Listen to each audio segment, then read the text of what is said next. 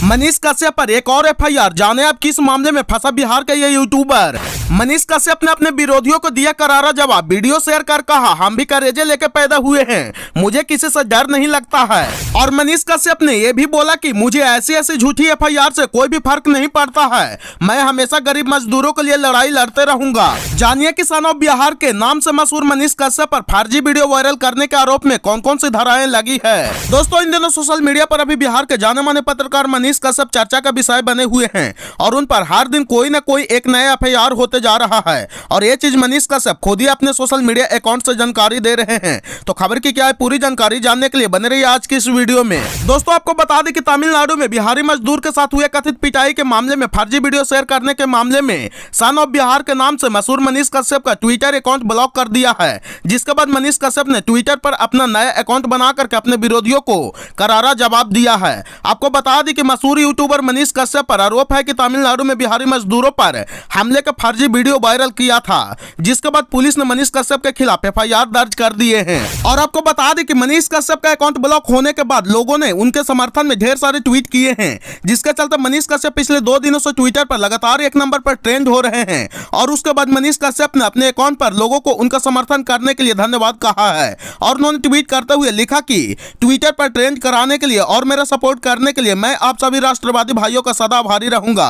सत्य परेशान हो सकता है, पराजित नहीं। मैं गरीब मजदूरों के साथ हमेशा खड़ा था, खड़ा हूं और हमेशा खड़ा रहूंगा। और मनीष कश्यप ने बोला कि पूरे भारत में I support Manish Kashyap 1 number पर ट्रेंडिंग में चल रहा है ट्विटर पर। और ये जो प्यार है सिर्फ आप लोगों की वजह से संभव हुआ है। और बोले कि अगर आप लोग आज शायद हमको सपोर्ट नहीं करते तो शायद आज मनीष कश्यप पूरे भारत में चर्चा का विषय नहीं होता। और मनीष कश्यप बोले कि एक साधारण परिवार का लड़का, खपड़े का घर है मेरा और एक छोटे से गांव से निकल करके और आज जो है बिहार में भ्रष्टाचार और बिहार का जो सिस्टम खराब है, इन सब चीजों पर मैं लड़ता हूं और बिहार के मजदूरों के लिए आवाज उठाता हूं। तो मेरे ऊपर एफआईआर होते जा रहा है। और उन्होंने बोला कि पहला एफआईआर जब राबड़ी देवी के आवास पर रेड हुआ तब हुआ और दूसरा एफआईआर जब उनके परिवार वालों के ऊपर दिल्ली में रेड हुआ तब हुआ। मुद्दे से भटकाने के लिए मुझे ये सब चीजों से कोई भी फर्क नहीं पड़ता है। मैं लगातार बिहार के मजदूर भाइयों के लिए लड़ता रहूंगा और जिन जिन भाइयों ने मुझ पर प्यार बनाए हैं उन सभी भाइयों को दिल से धन्यवाद रहेगा।